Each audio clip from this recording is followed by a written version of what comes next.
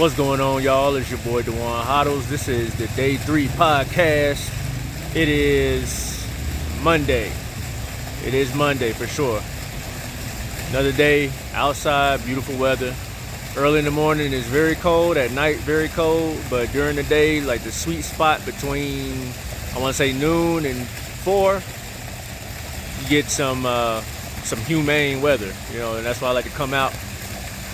So this is going to be quickly about the difficulty adjustment. There is another difficulty adjustment that's quite obvious that everyone knows about, but I don't think we've really conceptualized it the way we ought to, and that is the 1 Bitcoin difficulty adjustment. And there is a mining difficulty adjustment for Bitcoin mining, meaning that as more miners join the Bitcoin network to validate transactions, then the more energy that the miners require in order to actually join the network to mine. So that's when electricity costs get much higher. That's when mining tends to be less profitable for new miners when they join the network, because so many miners are trying to mine at the same time. And this is a great security measure that's been coded into the protocol. As as the network grows and more miners are involved, then it's any other miner, whether that be a large electrical company or cable company or someone with a lot of resources, they're going to have to come in and contribute vastly to the network with hash power, right? And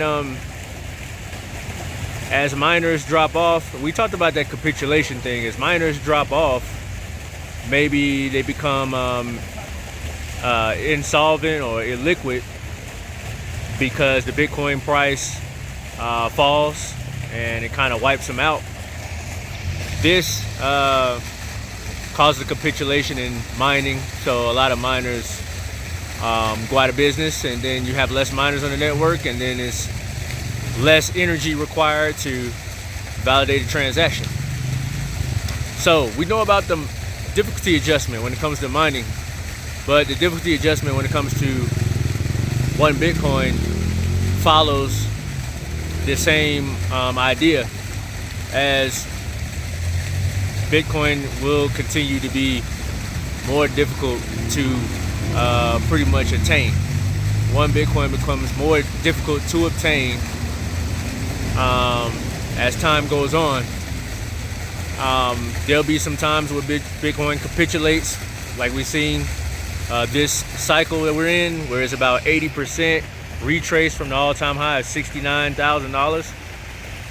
And typically that's where people get wiped out.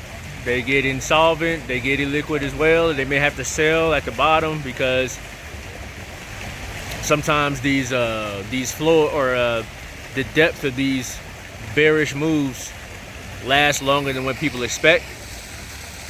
And as more people join the Bitcoin network, aka they use Bitcoin, they hold it, they are and there's only a scarce amount of it, then essentially that's going to make it much more difficult to attain one whole one. So it becomes more difficult, right, as more people join the Bitcoin network as far as usership, right? The more wallet addresses that grow that have 1 Bitcoin stored in them has reached all-time highs. So that's something to think about. There's a difficulty adjustment in the user possessing 1 Bitcoin.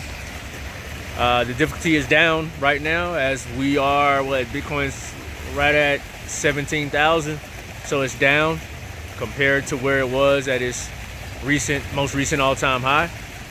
And that difficulty adjustment has been shown through history to go back up, making it harder for people to attain 1 Bitcoin with their fiat currency of their respective country, or whatever assets they have, as Bitcoin, as one Bitcoin becomes more difficult to obtain with whatever asset, whatever you have. So yeah, just a quick thought. Check it out. There is a orange tree behind me. I don't know if you guys can see the oranges right up there. Right up there. Pretty cool. Orange tree in the city. All right, that's what I got for today. I'm out.